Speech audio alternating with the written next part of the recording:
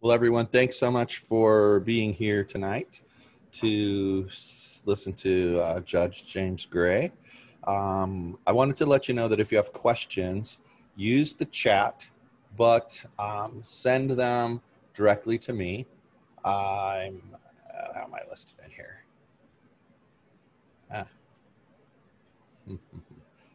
Actually, yeah, just send them in the regular chat to everyone, and I'll pull them out of there. And at the appropriate time, I will ask the questions. Any that aren't 100% related to the topic will get answered at the last 5 minutes. Otherwise, this is George Reis. He runs the HB Liberty Club, which is the host of this event. So take it away, George. Thanks, Mike. And first of all, thank you, Mike Mahony and Torya Primrose, for being our technical advisors for this meeting and for this series of 5 meetings. Also, thank you, David Naranjo, who is the chair of the Libertarian Party of Orange County, for kind of co-hosting this and giving us the support of the Libertarian Party of Orange County.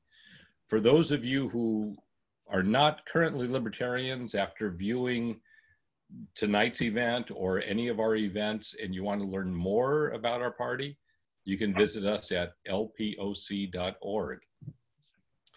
So I'd like to thank Judge Gray for speaking tonight and for this 5-part series. I had the pleasure of asking him a few weeks ago if he would be interested in presenting a presentation on Libertarianism 101 or on the basics of the Libertarian Party. His answer to me was, why don't we do a series? And so this is part 2 of that series. Last week, we saw him present a general introduction on issues of libertarian views and his positions on those views. Tonight, we're going to have a presentation on school choice, a huge issue to many of us. And I look forward to seeing what he has to say. So it is my pleasure to present Jim Gray and his presentation on school choice. George and Michael, and thank you. Appreciate that. As I told them, before I really get into this, I have something really important to show you, a change of my life, because yesterday we got a new puppy, a little golden retriever named Duke. So my life has changed, hasn't it, Duke? I have a new boss now. But at any rate, we'll put her back to my other boss. But good evening. Just thank you for being with us. I deeply believe that the Libertarian Party is highly misunderstood. I believe that it really is the only political party in the mainstream of American political thought today, and that we have made, as I said last week, an enormous mistake as libertarians for decades. And that is, we have allowed other people to label us. So they label us, greed is good, or no government at all, or everybody uses drugs, or that sort of live and let live. But we are responsible, and we employ that wonderful man Milton Friedman's comments of, look, in fact, this would be a revolution in our country if people would adopt it. We should judge our programs by the results, not their good intentions. And so no one speaks for the Libertarian Party. Certainly I don't purport to. I did write what I lovingly call one man's libertarian white paper, and that talks about, in my opinion, who the winners and losers would be in a libertarian government. The winners would be the people. Not the libertarians as such. We don't expect to profit by being involved in government, contrary to what we're seeing today. But no one does that. And if you'd like to see my libertarian white paper, one man's, go to judgejimgray.com and you can find it there in some of the articles. But even though no one speaks for the Libertarian Party, no one person, I feel very comfortable in saying that all libertarians look at today's educational system with concern, with deep concern, because we believe in competition. Incentives matter. You've probably heard that before. I don't mean to be so blunt, but yes, incentives matter. Competition works. That cell phone you have in your pocket, the computer that you're looking at right now, it was not made by government. It's made by competition, by people that are trying to come up with a better product at a less expensive price, etc. And that's what education should be. And one of the dire tragedies that's going on in our country today, and has been for about 20 years, is that we have many too many schools failing our children, failing our children. Unfortunately, and it has nothing to do with race, from my opinion, it's economic, but when I came to Orange County, moved to Irvine, one of the reasons I moved to Irvine was, whoa, it has a good school. I had choice in where my kids were going to go to school. Later on, I remarried and we had a son, but we took him out of the public schools, or the government schools, as Milton Friedman would call them, and actually put him in a private school. We had school choice. But unfortunately, in the lower economic areas, they just do not have that. And it's a fact of practical life that if you have a teacher that is not teaching well, and it happened to be in, my child would be in that classroom, I had the power to be able to keep my son, my daughter out of that classroom. And so what evolves as a practical matter is that the poorer teachers end up being transferred to the lower economic areas. And so that is where we are having, regretfully, tragically, so many teachers, so many schools that are failing our children. So what's the answer? And the answer is the Libertarian Party has the key. It's empowering, exactly the main word I mean to use, empowering all of the children's parents to choose where their government money is going to be spent for the education of their children. And that could be a private school, it could be a public school, certainly, it could be a military school, it could be a religious school, it could be a vocational school. And I'll ask you this question, and you should ask others as well. Who is in a better position to decide where and how a child should be educated? The child's parents or the government? And I've never had anyone say anything other than, well, it's the child's parents. So let's do that. So I was, as some of you may know, I was blessed to have been the Libertarian nominee for vice president back in 2012 with Governor Gary Johnson as our presidential candidate. And I was in Milwaukee, Wisconsin, and I was going through telling them what I'm speaking about with you. And people started wagging their fingers at me and saying, well, Judge Gray, we've had school choice in Milwaukee now, this was 2012, for something like 7 or 8 years. We don't have any bad schools anymore. Either they've gotten better or they've been taken over by other people who then did a better job. We don't have any bad schools anymore. And the same is true, you can go to Indiana, where they have 3 different types of choice. We'll go through them a little bit later. New Orleans, after Hurricane Katrina, they had a pretty much revolution where they put in school choice in the schools in New Orleans. They're doing quite well, Florida and the rest. So it is really working. So let me go back and trace my personal involvement with this. Because as you probably know, I was involved back in 1992 as a sitting trial court judge in Orange County, California, talking out publicly against our nation's drug policy. And I started again in April of 1992. And about middle 1993, I found myself at the Hoover Institute at Stanford University, where I was chairing a conference about drug policy. Milton Friedman was there. I'm truly gratified to say it's the first time I met him, and what a wonderful man. And at a recess, I heard him talking about school choice.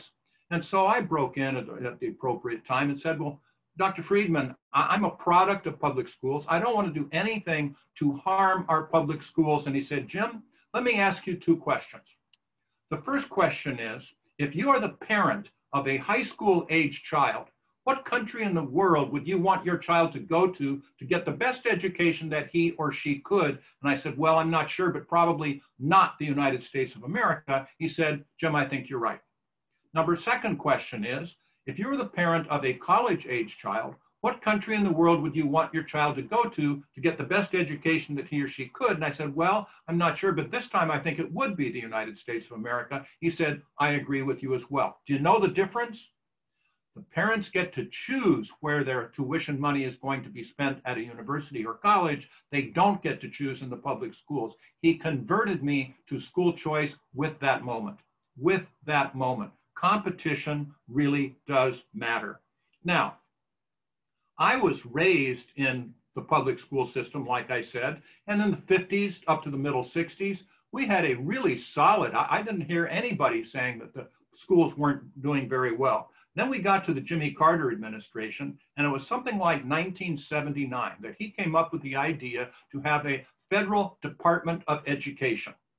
Now, you can look in the Constitution. I recommend that you do it. Article 1, Section 8 talks about the powers delegated by the Constitution to the federal government, to Congress, and you can look to your heart's content and never see anything close to allowing the federal government to be involved in education. So from a philosophical, constitutional standpoint, we shouldn't have a Department of Education. But even so, as we started doing that in 1979, we are getting more and more power, more and more dictates from Washington to the states, and then from the states to the various school districts, and the caliber of education throughout this period of time has gone down, Today, I Googled actually, as far as in this year, there were 3,912 employees in the Department of Education. Now, let me tell you again, when President Trump became president, he's championed school choice, and they've done some good things. Betsy DeVos didn't have to take this job, but she is the Secretary of the Department of Education, and she sponsors school choice. So I wrote her a letter in 2017 offering to come and work with her. And I told her my background, told her I'm a libertarian, told her that I was very much involved with helping school choice, Milton Friedman, and the rest. And so I found out that my letter of application never got anywhere close to her, because her underlings who were patrolling this started realizing, and one of them actually told me this, that, hey, that Judge Gray, if you were to bring him into the Department of Education, he thinks it should be shrunk. He thinks that they should do away with the Department of Education. Do you think that her underlings were going to give me a job there in any fashion? So that just didn't work at all, because you've got a situation, of course, with bureaucracies, they tend to perpetuate themselves. And of course, we all know that big government is really, really good and solid at least one thing, and that is increasing the size, the cost, and the power of big government. And we've seen that with the Department of Education from the beginning, and we're continuing to see it now. And it's a tragedy. All of the studies show that if you give excellence in education, regardless of the economic level, the racial makeup, it doesn't matter, all children profit pretty much equally. So if you provide an excellence in education in the lower economic areas, which regretfully in many ways are populated by people of color, Hispanics, African Americans, which is one of those things, but it is the best thing that we could do for our people, to provide quality education for their children. And it is not being done today. So what would we do? Well, you allow the parents to decide where this is going to be, where their money is going to be spent. And then again, they could choose vocational schools, or yes, you could want to be an engineer, whatever that would be. But we have to threshold decide what is the purpose of the educational system. And I have two answers. Either number one is to educate our children, what a concept, or number two, to protect the low average teachers. And regretfully, guess what we're doing today? And you go to New York City, it was 2 years ago now, to keep my statistics accurate, that they went to the ridiculous extreme that New York City schools paid something on the order of $15 million 2 years ago to teachers to pay them not to teach, because they were so poor in the classroom, no other principal wanted them, but they couldn't fire them. So they would go and report to some gymnasium or whatever, and they'd play cards, or they'd watch the internet, or play with, read books, whatever. They were paid not to teach. This is an abomination that really must be addressed. So these are things that we have to look at. How does this happen? Well, it's public employees unions. It's the teachers unions. We can talk about the police unions. It's pretty similar, but they are so powerful. What do you do to counteract that? Again, in my opinion, you pass legislation saying, yes, we will have teachers unions, public employees unions, that's fine, but they are prohibited from contributing any form of money to any candidate or any cause. They can represent their teachers, they can talk about better work schedules, that sort of thing, but you've got to get those away from this control over, for example, the Board of Supervisors or those various other people. So these are things that we really need to look at. Judge Gray? Now, yes. I have two questions here. Well, one question here, actually. From George Reis. It says, an argument against privatization of private schools is that public schools have to take all students, including those with special needs. How does a libertarian solution address this? Good. I think that children with special needs should receive a larger stipend. And if you do that, then I think that the private schools will immediately adopt. I think it's unfair and inappropriate not to have the same benefits for people with special needs. However, any person, and again, I don't have all the answers, George, or anyone else. I guess I proved that with regularity, but I would have a program where every third grader in the country were to receive the same amount of money per schooling. The older you get, if you get to high school, now you're going to need language labs and you're going to need chemistry labs and the rest. So it would be more expensive. So that would be uniform, except for children with legitimate special needs. I think that there should be a change to that. What was your second question? And the second question is, would religious schools be allowed to teach creationism as science? And that's from Kanita. Again, we would have to work these various things out. A really important question. From my standpoint, if it's a religious school, I think that they should, within some reason, be able to teach their religious doctrines or dogma. What you don't want, of course, is to have them start teaching Satanism or the overthrow of the United States government. But you're going to have government controls to some degree overseeing the curriculum, and that's going to be something we're going to have to address. But the answer basically, I think, is yes. If people want to go to a religious school, then I think that the religious dogma is there. However, I told you that we sent our son to private schools. He went to Mater Dei High School here in Orange County. It's a Catholic school, and they did not require people, their students, to go to Catholic services if they were of a different denomination or if they just didn't want to. So that, again, I think had they made our child do that, we probably would have put him in some other school. So again, competition is working. But thank you for those questions. I appreciate questions. I like a give and take. I like a flow to be able to do this. So to talk about Indiana for a minute, Indiana has put in 3 variations of school choice. The first is they have choice scholarships programs. These were all begun in the year 2011, and it's one of the United States' largest voucher systems. Mostly they restrict it to lower or middle income students, but it really is that way they can, in effect, choose where their child will go, and they have vouchers, which is basically the same as money, and the vouchers go with the child, which is true in California as well. The money follows the child, except recently with the coronavirus, but that's going on. A second program, and again, you can try whichever one works best, is a tax credit. And here you can get up to 50% of your tax credit for tuition. So if you spend $2,000 in tuition, you can get up to 50%. You can get 1,000 credit from your taxes, which is another thing that really does work. So they, and I think in Indiana, they found that something like 61% of the families were eligible. So again, I believe in the concept of federalism. I think most libertarians do as well, which means let each state decide how best to serve and protect its people. Try something and see if it works. If it does, terrific. Others will copy it. If it doesn't, then you will try to find something that works better.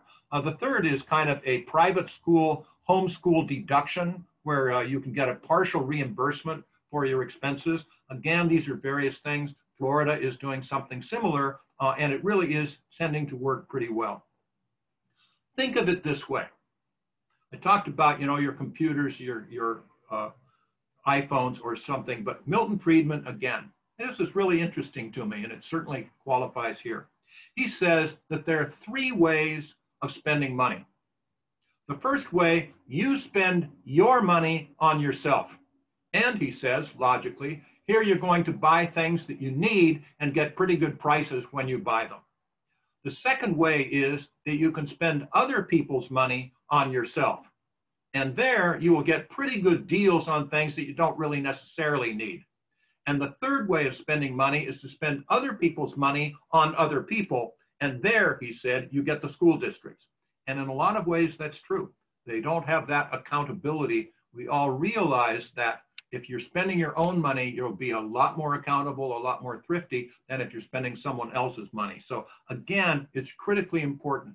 Another criticism, and I think this is valid, okay, not all parents are really in key with the education for their children. Some care more than others. Some, you know, they have 2 jobs and they're working, or they don't think education's that important. So what about them? Are they going to be profiting? And I think that the answer is yes, because even if this family doesn't, the family across the street might be doing that. And if their children, who your children play with, are going to start going to a different school, there's going to be a coattail effect as well. So of course, nothing is perfect, but again, these are things that I think can really help our schools.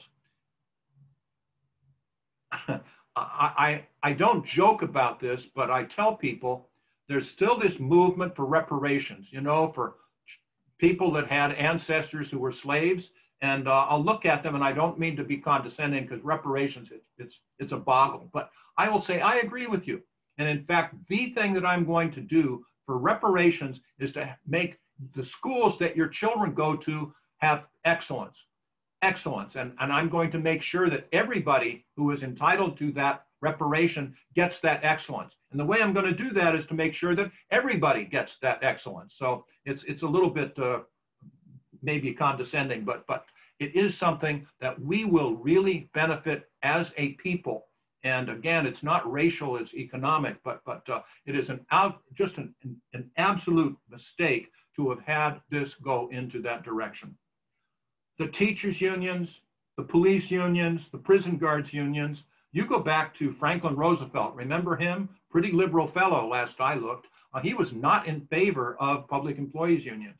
And in fact, today, in a lot of ways, it's the public employees that are the privileged class in our society. You know, they get pretty good money. They get pretty good benefits. They also have pretty good retirement systems. I can tell you, when I was on the bench, the sheriff's office, one person was telling me that the sheriff, when you were going to retire, you would get, say, 3% in your retirement program, 3% for every year that you worked, 3% of your last year's salary. So say you worked for the sheriff for 20 years. So that means when you retired, you'd get 60% of your last year's salary for the rest of your life.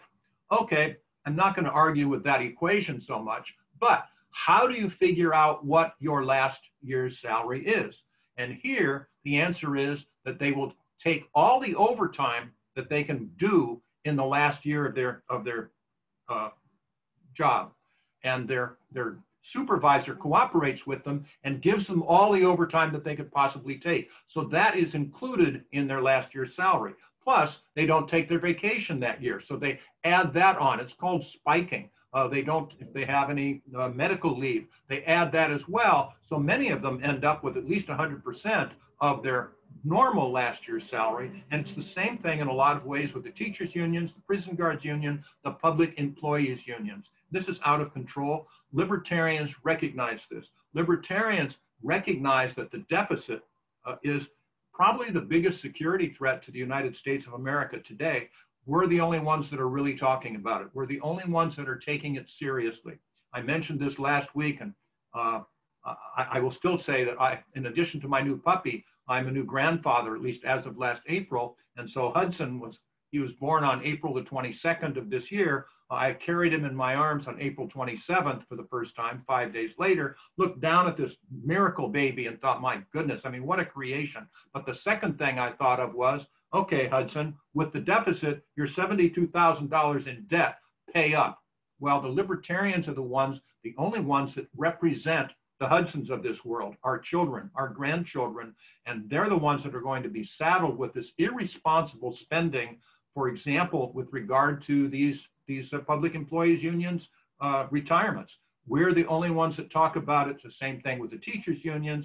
It takes responsibility. And so these are things, again, that we really need to look on.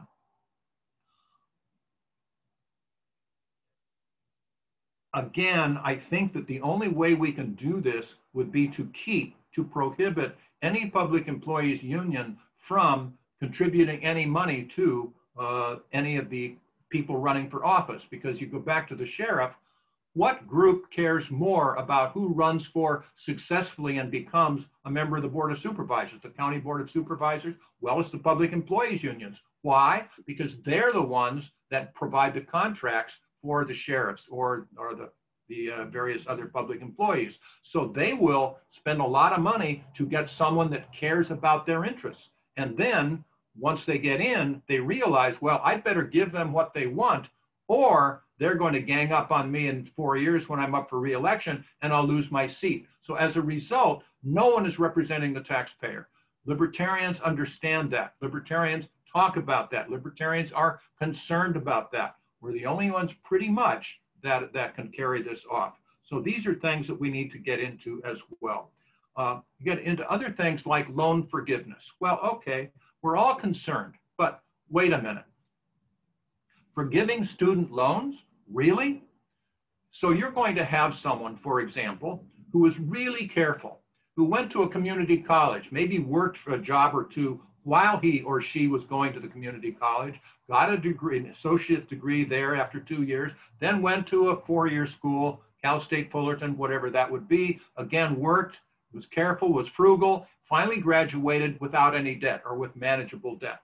So now she gets a job. Should that person, through their taxes, have to pay for those people that borrowed lots of money, were not responsible, went into an African studies degree or something of that kind? What kind of job do you get with an African studies degree? Is that the person? Should we have to take our taxes and forgive the loans and have the taxpayers pay those? So again, these are things that we need to look at. Or we all understand, by the way, that if you do get a college education, you're going to something like double over your course of your lifetime the amount of money that you will have earned. In fact, if you don't get a high school education, as opposed to you getting a high school education, you'll probably double your income over your lifetime. If you go on and get a college education, a college degree, you'll double it again.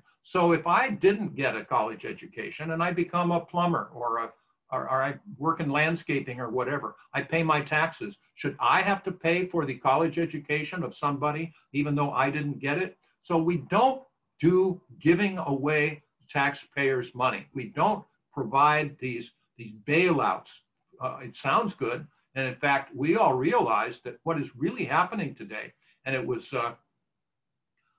Tocqueville, actually 1820, remember his book, Democracy in America? We all had to read it, I guess, when we were in high school. But he said, democracy is going to work until the politicians realize that they can buy the voters' votes with the taxpayer money. And I think that's pretty much where we are today. Have you seen it? Is this sort of thing going on? And the answer has to be yes. So we are pretty much there right now. These are things that we really have to look at. So Michael, do you have any questions? I've gone through a lot of various things here, covered a fair amount of ground, but maybe we can back up and take a few questions. Yeah, I have quite a few actually for you. Let me just drop this last one in here and then I'll ask them for you. Okay, so the first question is from Dr. Carey. Should it be okay for a parent to opt out of any education? For their child. First of all, Dr. Carey is a repeat offender because she was the one, and I forgot to mention this, but for the best question, I will give out a mail, either my book, 2 Paragraphs for Liberty, or my Voter's Handbook. So the best question will get one of those books, your choice. And Dr. Carey, I believe you were the one that received it last week. I hope you received it. I did mail it out. Will you tell Michael whether you received it or not? But yes, I opt out indeed. I think that the parents should choose within some limitations where and how their child should be educated. That's pretty much the whole idea behind this. They will choose excellence, and I think that they will probably receive it. So if you're going to a school you feel isn't doing that, talk to the teachers, talk to the principals, say either I'm going to get this excellence for my child, or I'm going to take my money, my voucher, my customership elsewhere. That's Milton Friedman, again, Dr. Carey said that the school districts are one of those amazing areas in which the customer does not just get to decide what he or she is going to purchase. No, it's the government that decides what the taxpayer will receive for that money. No, it should be the customer that makes that decision, and all of a sudden you get that competition and you get that excellence. So the answer to your question within reason is yes.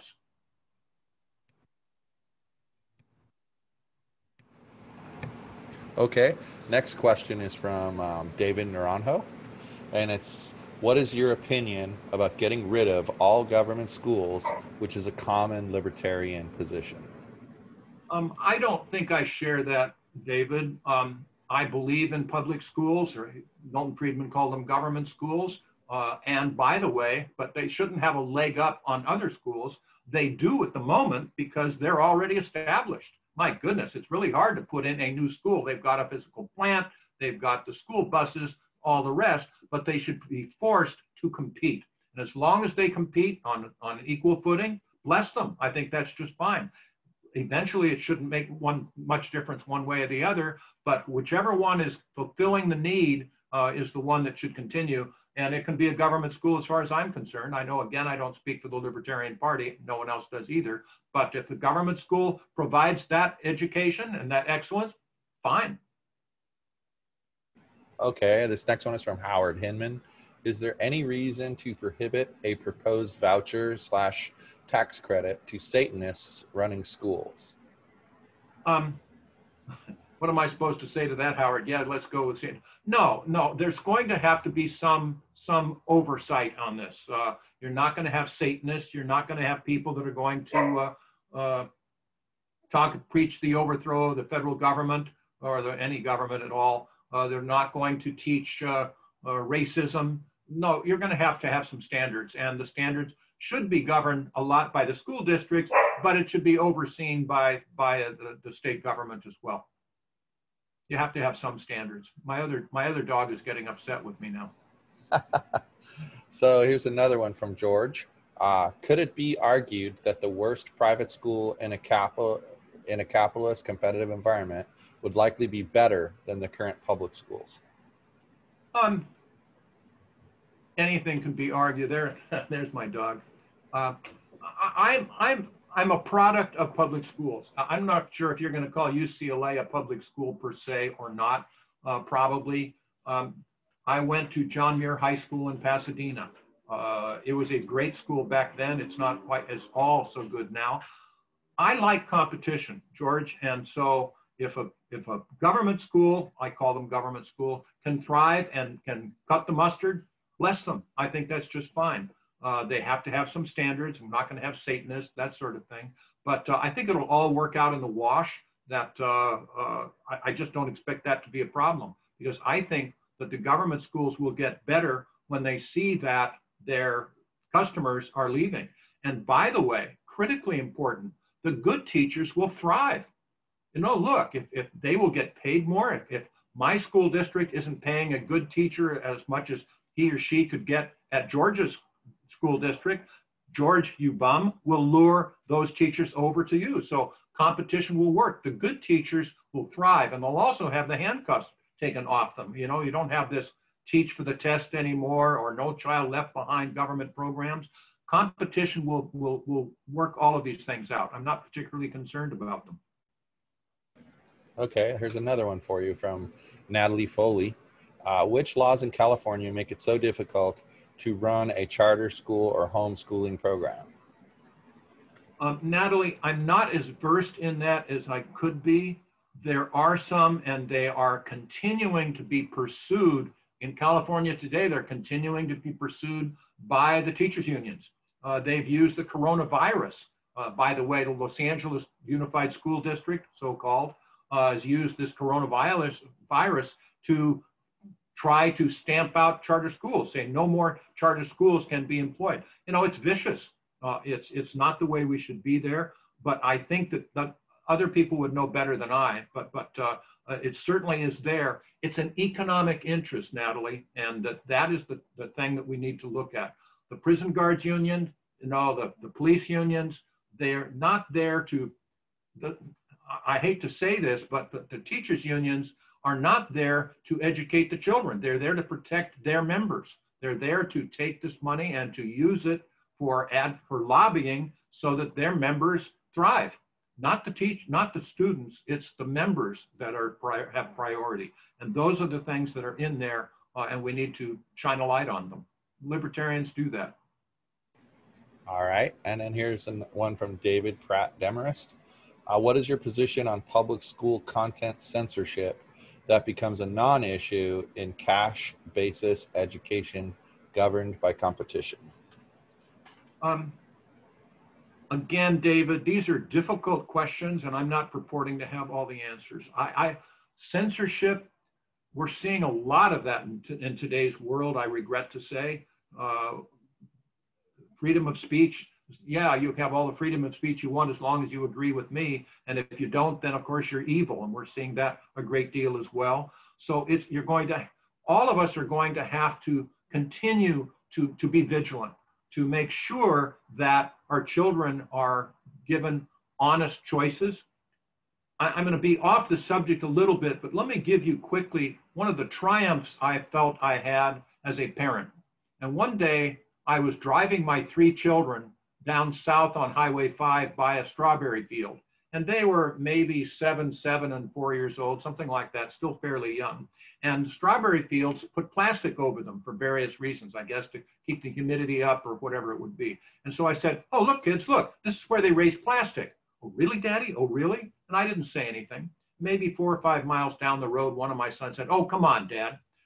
It's important to challenge the information you're receiving regardless of the source. And when you're 4 and 7 years old, your dad knows everything. That changed rather quickly, but back then it was important for them to challenge it even though their daddy said it. It's important for our students to challenge it even though it's in our textbook, even though it's in the mouths of our teachers. And you get that balance, you get that give and take. In competition, you get that. In the more socialistic or profund kinds of situations, you don't. We need to be able to be educable. We need to train in the scientific method to challenge things regardless of the source, regardless of where it is. And that way we keep our educational system strong. In the world community, our educational system is going well below average now, and it's just a tragedy to see. But thank you for that, David. That's a difficult question to answer. It's actually a perfect segue into this other question from Samuel. What is the difference between education in the 21st century and education in other times in history? Is education in a better state now than before? The answer is yes and no. I think that the Industrial Revolution brought many, many wonderful features to our civilization. It brought people out of poverty. It also created problems. You know, you had child working laws, or children had to slave in different hours. The educational system used to be, you know, you go to, at least the theory was, you go to a Catholic school, and those nuns would hit your hand with a ruler. Was that better? Well, it got people's attention, but it was strict. It was unyielding. So the answer is it's a balance. Some of it was better, some of it wasn't. Sir Isaac Newton did pretty well, and a lot of people today don't. So the answer that I'm going to give you is we all have to be vigilant to make sure that we have the freedom of expression, we have responsibility, and by the way, you have to take the tests when they're given and bear the consequences and perform. So the answer, Samuel, is we have to continue to be vigilant, because if we're not, and the parents are not, and we all are not, the quality suffers. And if it doesn't, just like I say, we get the type of government we deserve. It's our government. If it's not working, it's our fault. Look nowhere else.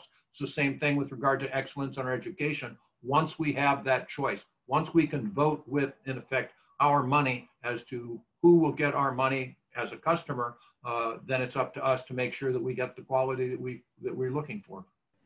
Well, another good segue, though, from George. If education were truly competitive, would it be less expensive? I believe that education would be appreciably less expensive if it were competitive. I'll end it with that. Look at SpaceX recently. You know, see what they did. They put the astronauts on the space station for, count it, 1/10 of the cost of the last time NASA did it. 1/10. Why? Because it's a private industry. And I heard a NASA engineer recently saying, well, I came to NASA and as one of the contractors, and I had this great idea to land the first booster so that we could reuse it. Oh, they didn't want to do that. Why? Because it was on a cost plus contract. So if you increase the cost, you get 10% for your profit. You decrease the cost, you decrease your profit. Well, competition changes that, just like with SpaceX over NASA. Competition in schools will do the same. It's going to be expensive one way or the other, but I tell you, there are places in India today that are just down and out. They're destitute. They have private schools that are, you know, that are thriving. They're doing quite well for a much reduced price. So basically the answer is yes. Answer it this way, George. Have you ever heard of an instance in which the government got involved in the marketplace, in which the prices did not go up and the quality of the goods and services did not materially go down? That's what we have seen in our educational system. We'll see it in healthcare as well. We'll talk about that in a couple of Tuesdays. But the answer is competition will keep much more control on the prices. We'll all thrive. All righty, here's another one from John Alpe. What is your perspective regarding charter schools in California? In your opinion, do they represent adequate competition to government schools? If not, what modification to the current system is required to establish meaningful competition? John, I don't deem myself to be that knowledgeable about the nuts and bolts of these things. I don't purport to have all the answers. Like I say, I'm more a little above in the policy area. Having said that, charter schools will bring in competition. You have to oversee them. There's some, and we've seen some of these, let's be honest. There have been some private schools, some charter schools, some schools for profit as such that have bilked their customers. And that's something that you have to be careful of. Same thing with your iPhone, of course, by the way, too. But I don't have enough, John, to answer your question as far as the ins and outs of what the charters would what the pitfalls would be or what the charters would be. I do believe that if the parents are there, we used to say, if you show me a school with good parental involvement, I'll show you a good school. I think that's still true. So if you bring that parental involvement overseeing the costs as well as the challenging, as well as the quality of education, that the competition will bring that. Otherwise, I'm going to defer as far as the ins and outs of the charter schools as opposed to the voucher system or otherwise. Okay, and the last question for right now, I have more for the last 5 minutes, but for right now, okay. From Charles McGlon, what do you think of the elevated cost of higher education resulting from subsidies to students driving up prices? Oh, Charles. The problem comes again with the government being involved. If you have a student loan that is guaranteed by the government, then you're not going to be as cost conscious as you would be if it was your own money, or if you were going to have to pay it back promptly. So what happens if you are not the one that is deciding what you will purchase or what the price will be? The costs go up. And we've seen that in upper education, higher education, phenomenally. You know, the cost. When I was at UCLA, we didn't have tuition. Oh, that was back in the dark ages. I agree with you. We had student fees, student activity fees, something like $100 a semester. But then, of course, the state of California was contributing something in the order of 70% of the cost at UCLA. Now I think it's, I don't know what it is. It's down to like 10% or 15. So that it's all in there. But I can tell you directly, if you're not paying the cost yourself, I talked about Milton Friedman's 3 ways to spend money. We have been ending up spending other people's money on other people with regard to our higher education. And then you end up with these student loans that everybody's saying, oh, ain't it awful? please forgive these because I can't pay them. They were irresponsible to have done it in the first place, but it was the government irresponsibility that put up this program in the first place that would put all of this in operation. So it's a combination, but the government should not be involved in education at all. Special needs children, you know, that would be different, but government should not be involved in education, with the exception of they should make money available, in my opinion, for public education. Let's just go to the last 5 minutes, George. I'm having fun with the questions. You want? Sure, I'll give you the rest of the questions. What I'm trying to do. Sure. The next one is from Howard Hinman. Actually, we'll wait on this one. That should be the last question, actually. There's another one from George. Are the children who do the best in school from families who consider education their responsibility and schools help them, or from families who turn over the complete responsibility of education to the school? I love Hispanics. I've been involved with people from Mexico. They're good family people, but they have a tradition where over time they didn't value education as much as other cultures. That's changing. Hooray. So I think that if you have parents involved, the quality of whatever it is you're talking about, education, healthcare, whatever, will get better. I think that it is getting better, but if there's nothing that substitutes for active parental concerned involvement. So I guess the question would be, George, the more active and concerned the parents are, the better the education will be. That is not to say that the teachers or the schools can't reach in, but they don't have the individual commitment, at least uniformly, that the parents would or should. There's no substitute for parenting. All righty. What do you, from Charles McGlon, what do you think about the shift to, quote, teaching to the test, end quote, the result of No Child Left Behind? It's been a disaster. It is logical. If you're going to rate a school by the performance on a test, then the teachers will teach for the test. They're not going to teach for a cultural understanding or being able to analyze or use, again, the scientific method. They're just going to get into rote. It's logical. Incentives matter, like we said earlier. The No Child Left Behind, Milton Friedman, remember him? We judge our programs by the results, not their good intentions. I don't have any problem with the good intentions for the No Child Left Behind. The problem is government shouldn't be involved with it in the first place. I'll tell you an anecdote.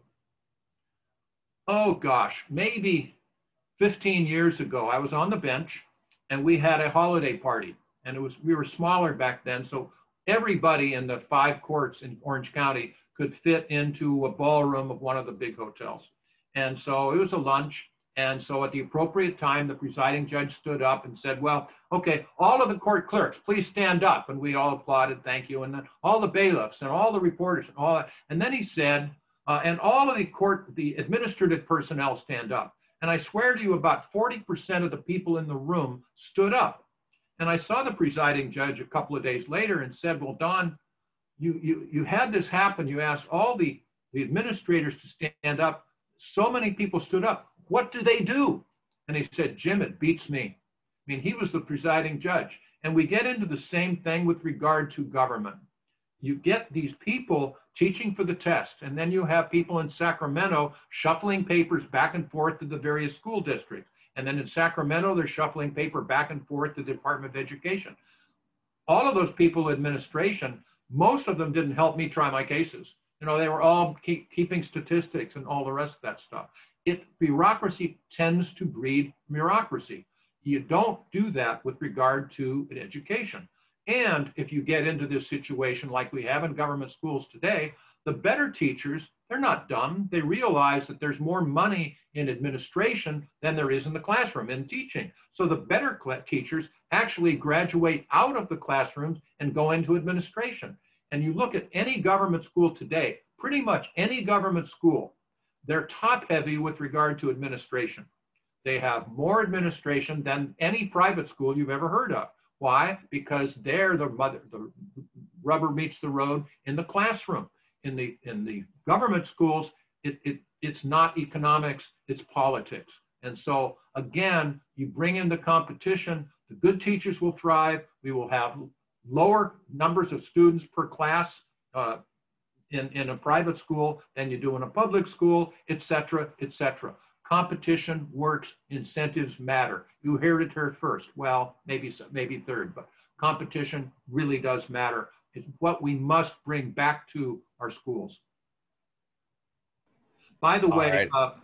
Michael, may I jump in? Will you get Natalie? We had a question a while ago from Natalie. I conclude that hers was the best question of the night. So ask Natalie if she would like to have either the Voter's Handbook or my book, 2 Paragraphs for Liberty, and see if you can get an address so that I can mail that to her.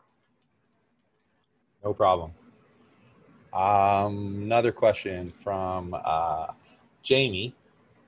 What does federal law say about public unions funding political candidates? I don't know, Jamie, of any law that prohibits a public union from funding any proposition or candidate. They do it routinely.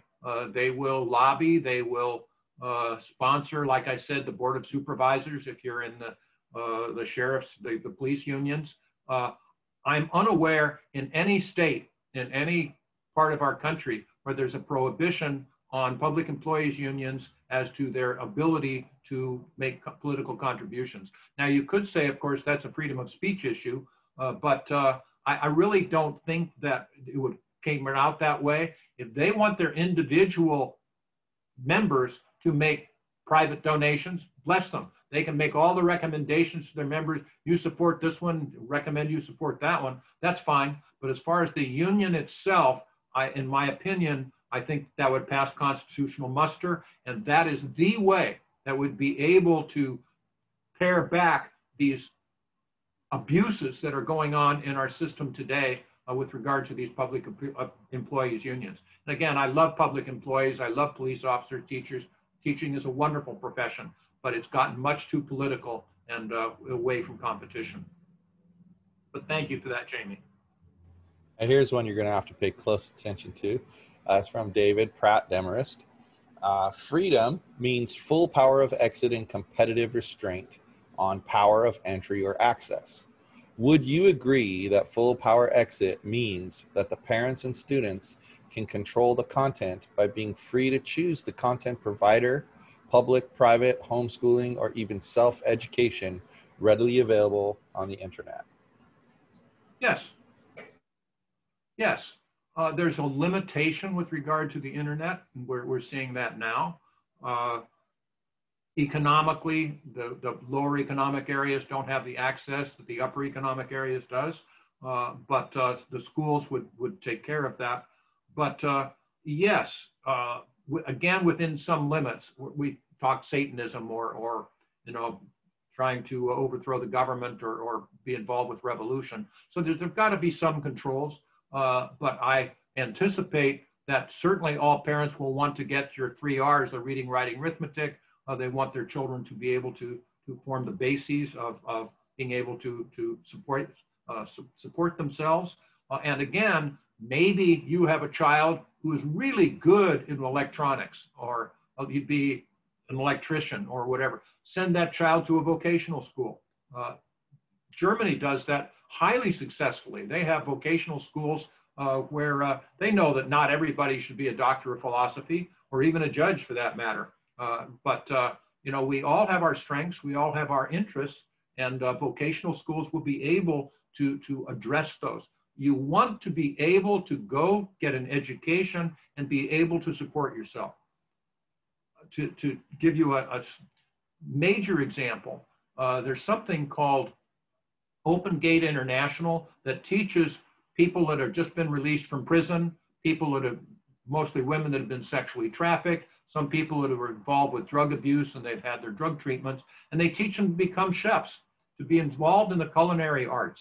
And they're successful. Something like 75 or 80% of them when they graduate from this free 12-week class, 75 to 80% of them will have good jobs at the end of that in the culinary arts. You be able to support yourself, and you can look anybody in the eye. So you want to go to school with the idea that once this is over, most of you, to be able to have a skill, what a thought. So you can support yourself, so you can get a job, so you can actually start making some decent money. We have gotten away from that in our public school system, and all of the other comments about, well, we can get into affirmative action and the rest of that either, but I do not favor affirmative action. I think it's racist.